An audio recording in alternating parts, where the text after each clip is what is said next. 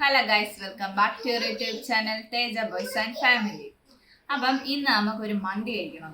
അപ്പൊ നമ്മൾ പെട്ടെന്ന് ഒരു മന്തി ഉണ്ടാക്കി. വെറും മന്തിയല്ല, പെരി പെരി അൽഫാം മന്തിയാണ് നമ്മൾ ഇന്നിവിടെ ഉണ്ടാക്കിയേക്കില്ല കേട്ടാ. അപ്പൊ നമുക്ക് ഇതെങ്ങനെ ഉണ്ടാക്കുന്നതെന്ന് കണ്ടാലോ. അപ്പൊ ആദ്യം തന്നെ നമുക്ക് പ്രാർത്ഥിച്ചുകൊണ്ട് എണ്ണ ഒഴിച്ചു കൊടുക്കും. കുറച്ചെണ്ണ മതിയോ? എണ്ണയൊന്ന് ചൂടായി വരുമ്പോഴത്തേക്കിനും നമുക്കിതാ ഇത്രയും സാധനം മതി. തക്കാളി, സവാള, ക്യാപ്സിക്കം, വറ്റൽമുളക്, വെളുത്തുള്ളി.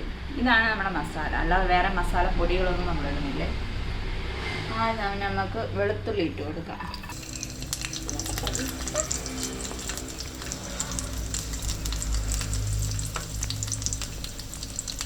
അതിൻ്റെ കൂടെ തന്നെ നമുക്ക് സവാളയും ക്യാപ്സിക്കവും എല്ലാം ഇട്ട് കൊടുക്കാം.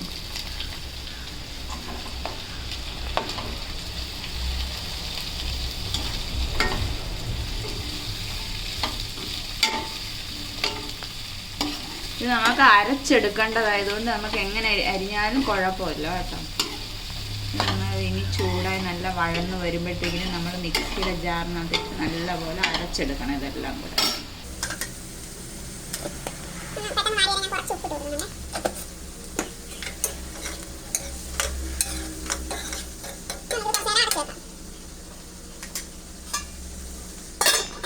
അതൊന്ന് വാടി വന്നപ്പോഴത്തേക്കിന് നമുക്ക് ഈ വറ്റൽമുളക് കൂടി ഇട്ട് കൊടുക്കാം.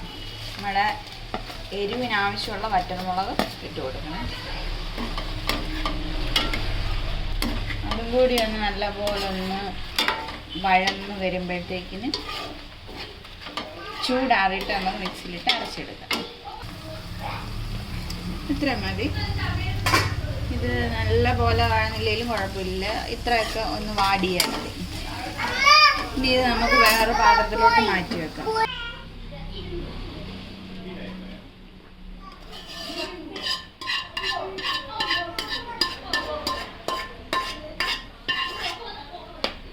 അപ്പൊ ഞാൻ ഇന്ന് ഉണ്ടാക്കാനൊക്കെ എടുക്കുന്ന അരി പോസ്റ്റ്മാൻ്റെ അരിയാണ്. പോസ്റ്റ്മാൻ പേരുള്ള അരി. അതപ്പോൾ ഞാൻ 1 കിലോ അരി എടുത്തിട്ടുണ്ട്. 1 കിലോ അരി ഞാനിപ്പോൾ എടുക്കുന്നുണ്ട്. അപ്പം ഞാൻ എന്താണ്ട് ഈ ഗ്ലാസ്സിൽ അളന്നിടാം. അത് നമുക്ക് വെള്ളം ഒഴിക്കുമ്പോൾ അറിയാൻ പറ്റും. 1 ഗ്ലാസ് അരിക്ക് 1.5 ഗ്ലാസ് വെള്ളം, അതാണ് കണക്ക്.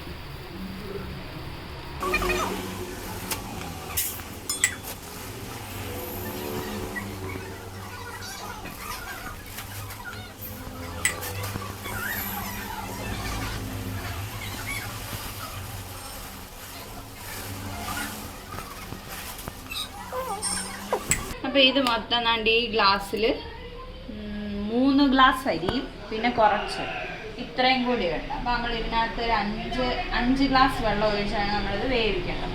അപ്പോൾ അതിന് മുമ്പ് നമ്മളിത് കഴുകി ഒരു 30 മിനിറ്റ് ഇങ്ങനെ വെച്ചേക്കണം. വെള്ളത്തിലല്ല, കഴുകി കോരി മാറ്റി വെച്ചേക്കണം. അത് കഴുകുക.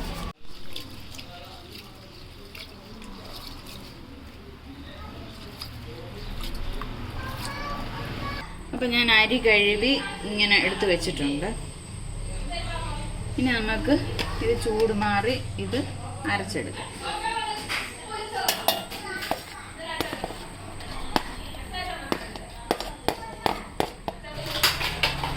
ഇതിലോട്ട് കുറച്ച് ഒറിഗാനോ ഇല, ഇത് പൊടിയല്ല, ഇലയാണ്, അതിട്ട് കൊടുക്കണം. ഇനി ഇതിലോട്ട് കുറച്ച് വിനാഗിരി, കുറച്ച് മതി. ഇനി ഇതെല്ലാം കൂടെ നല്ലപോലെ അരച്ചെടുക്കണം. ഇത് കളർ വേണമെങ്കിൽ കാശ്മീരി മുളക് പൊടിയൊക്കെ ഇട്ട് കൊടുക്കാം. അപ്പം ഞാൻ എന്താ മസാലയൊക്കെ അരച്ചെടുത്തിട്ടുണ്ട്. ഇതിനകത്തോട്ട് നമുക്ക് ചിക്കൻ ആവശ്യമുള്ള ഉപ്പും കൂടി ഇട്ട് കൊടുക്കണം. എന്നിട്ട് നമ്മളിതിലിട്ട് നല്ലപോലെ മസാല വരട്ടി വെക്കാം. ഇത് മുഴുവനും എടുക്കരുത്, പാതി ഒരു 2-3 സ്പൂൺ എടുത്ത് മാറ്റി വെച്ചേക്കണം. എന്ന് വെച്ചാൽ നമ്മൾ ചോറ് വേവിക്കാൻ നേരം ഈ മസാലയും കൂടി ഇട്ടിട്ടാണ് നമ്മൾ ചെയ്യുന്നത്. നമുക്കിത് ഇളക്കി നോക്കാം. പോരെങ്കിൽ കുറച്ചുകൂടി.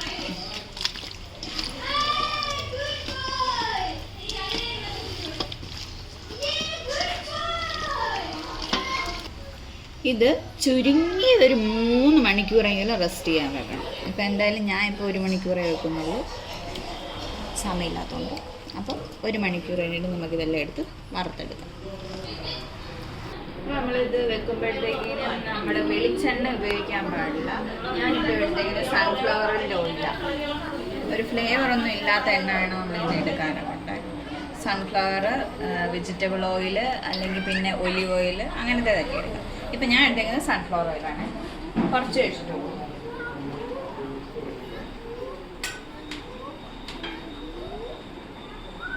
അതൊഴിച്ച് ചൂടായി വരുമ്പോഴത്തേക്കിന് അതിലോട്ട് നമുക്ക് സവാള ചെറുതായിട്ട് അരിഞ്ഞിട്ട് കൊടുക്കാം.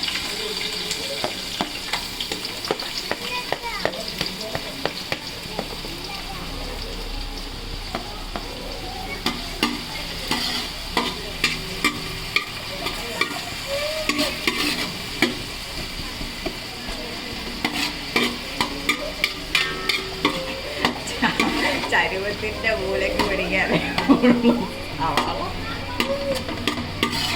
നമ്മൾ അറിയത്തില്ലല്ലോ വെന്ത് വരും പരി എങ്ങനെ ആവുമെന്ന്. ഞാൻ ഇച്ചിരി വലിയ പാത്രം എടുക്കുവാണ്. ക്യാപ്സിക്കം കൂടി ഇട്ട് കൊടുക്കാം.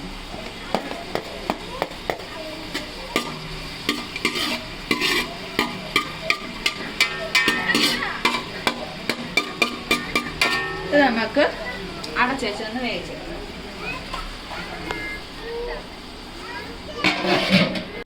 നമ്മുടെ സവാളയും ക്യാപ്സിക്കും ഒക്കെ ഇതാണെന്ന് ചെറുതായിട്ടൊന്ന് വാടി വന്നിട്ടുണ്ട്. അപ്പോൾ പിന്നെ നമ്മുടെ അരച്ചു വെച്ചിരിക്കുന്ന ആ മസാല ഉണ്ടല്ലോ അതും കൂടി ഇട്ട് കൊടുക്കാം.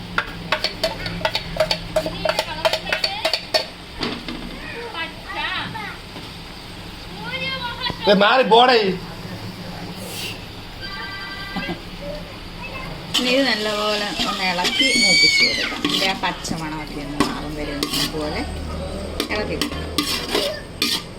നമ്മുടെ അതെല്ലാം നല്ലപോലെ ഒന്ന് വഴന്ന് വന്നിട്ടുണ്ട്. ഇതിലൂടെ നമ്മൾ അളന്ന് വെച്ചേക്കുന്ന വെള്ളം ഒഴിച്ചു കൊടുക്കുക. 5 ഗ്ലാസ് വെള്ളമാണ് ഞാൻ 3 ഗ്ലാസ് അരിക്കെടുത്ത് വെച്ചിരിക്കുന്നത്.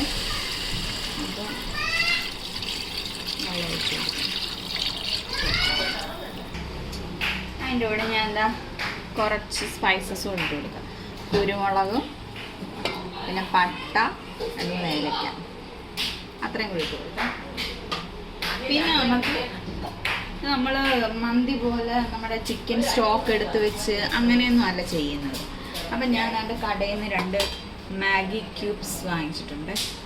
അപ്പോൾ ഈ ഒരു പാക്കറ്റിനകത്ത് 2 എണ്ണം അതിങ്ങനെ 2 എണ്ണം ഇതിൽ ഞാൻ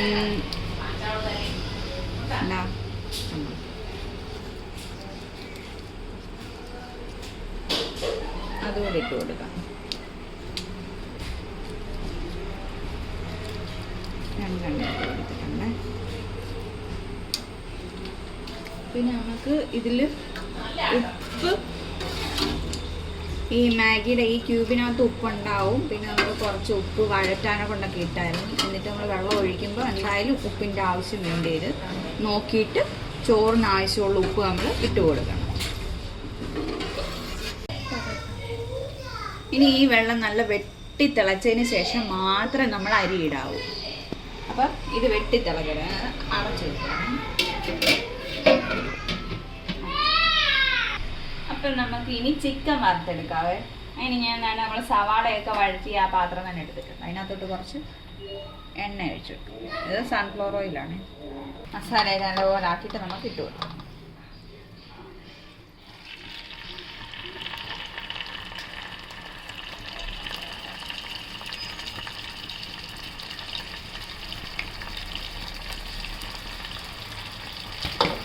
ഞാൻ പറഞ്ഞില്ല, കളറ് വേണമെങ്കിൽ നിങ്ങൾക്ക് കാശ്മീരി മുളകും കൂടി ചേർക്കാവുന്നതാണേ. എന്തായാലും അതൊന്നും ഇട്ടിട്ടില്ല, സാധാ വറ്റൽ മുളകും മാത്രമേ ഇട്ടിട്ടുള്ളൂ.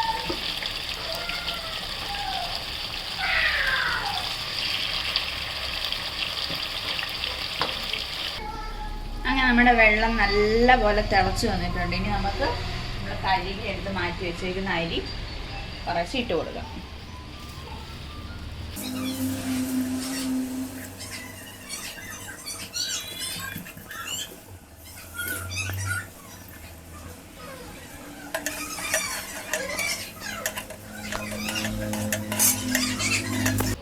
അരിയൊക്കെ നമ്മൾ ഇട്ട് കൊടുത്തിട്ടുണ്ട്. ഇനി നമ്മൾ ഏറ്റവും ലോ ഫ്ലെയിമിൽ വെച്ചിട്ടാണ് ഇത് വേവിക്കേണ്ടത് കേട്ടോ. ഇടയ്ക്കിടയ്ക്ക് നോക്കിക്കോണം, ഇളക്കിയൊക്കെ നോക്കിക്കോണം അടി പിടിക്കുന്നുണ്ടോന്നൊക്കെ. അപ്പം എന്തായാലും ഞാൻ ലോ ഫ്ലെയിമിലിട്ട് അടച്ചു വെക്കാൻ പോണേ.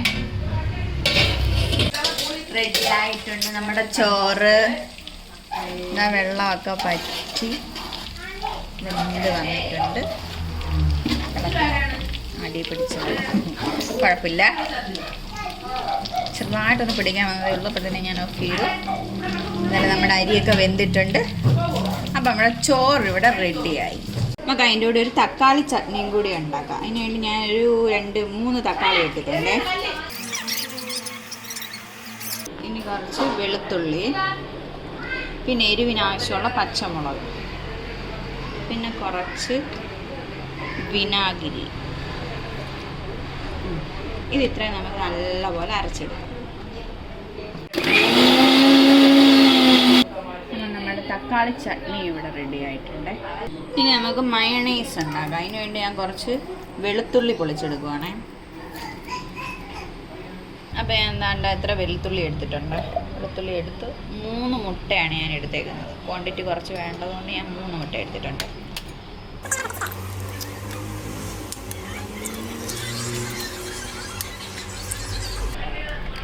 ഇനി ഇതിലോട്ട് ഞാൻ കുറച്ച് പഞ്ചസാര ഇട്ട് കൊടുക്കും.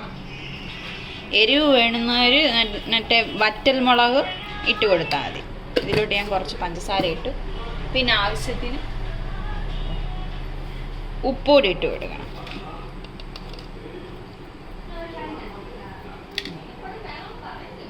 ഇതിനി ഒന്ന് അടിച്ചതിന് ശേഷമാണ് നമ്മൾ സൺഫ്ലവർ ഒഴിക്കുന്നത്.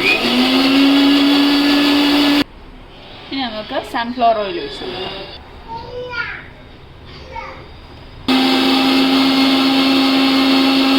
എത്രത്തോളം നമ്മൾ നല്ലപോലെ അരച്ചെടുക്കുന്നു അതിനനുസരിച്ചാണ് അത് തിക്കായിക്കൊണ്ടിരിക്കുന്നത്. ഞാൻ കുറച്ചുകൂടെ എണ്ണ ഒഴിച്ച് ഒന്നും കൂടെ അയച്ചു.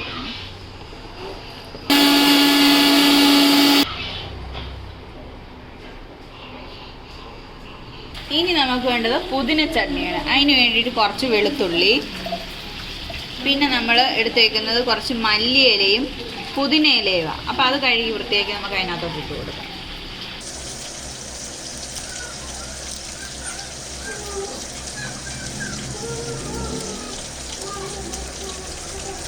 എല്ലാ ഇല ഇട്ടതിന് ശേഷം നമുക്ക് എരിവിന് വേണ്ടിയിട്ട് കുറച്ച് പച്ചമുളക് കൂടി ഇട്ട് കൊടുക്കാം. എന്നിട്ട് നമുക്ക് ഇതിനെ അരച്ചെടുക്കാം. അപ്പം നമ്മുടെ ചട്നി 3 ഇവിടെ റെഡി ആയിട്ടുണ്ട്. പുതിന ചട്നി, തക്കാളി ചട്നി, മയണൈസ്. അപ്പോൾ ഗൈസ് നമുക്കിനി ചിക്കൻ്റെ ലാസ്റ്റ് ഘട്ടത്തിലേക്ക് പോവാം. അതിന് വേണ്ടിയിട്ട് ഞാൻ നമ്മുടെ ചിക്കൻ വറുത്ത ആ പാത്രത്തിൽ തന്നെ കുറച്ച് വെളുത്തുള്ളി ഇട്ട് കൊടുക്കണേ. ഇവിടുത്തെ അതൊന്ന് ചെറുതായിട്ടൊന്ന് മൂത്ത് വരുമ്പോഴത്തേക്കിനും ഒരു പരിപാടിയുണ്ട്. ഇനി ഇതിലോട്ട് കുറച്ച് ടൊമാറ്റോ സോസ് ഒഴിച്ച് കൊടുക്കണം.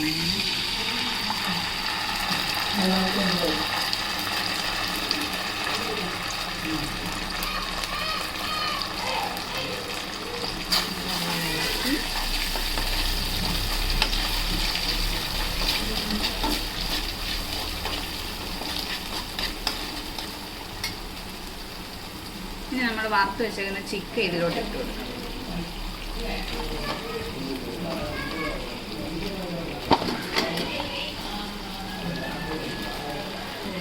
നല്ലപോലെ ഇളക്കിയെടുക്കാം.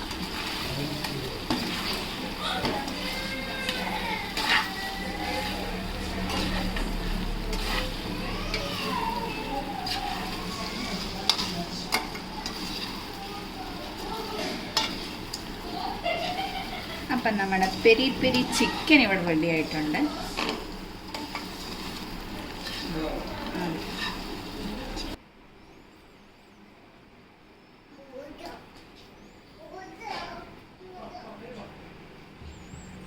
സൂപ്പർ ടേസ്റ്റാട്ടോ കേട്ടോ.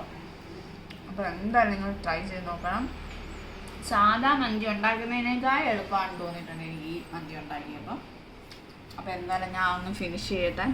അപ്പോൾ എല്ലാവരും ട്രൈ ചെയ്ത് നോക്കുമല്ലോ. അപ്പോൾ അടുത്തൊരു വീഡിയോയിൽ കാണുമ്പോഴേക്കും ടാറ്റാ.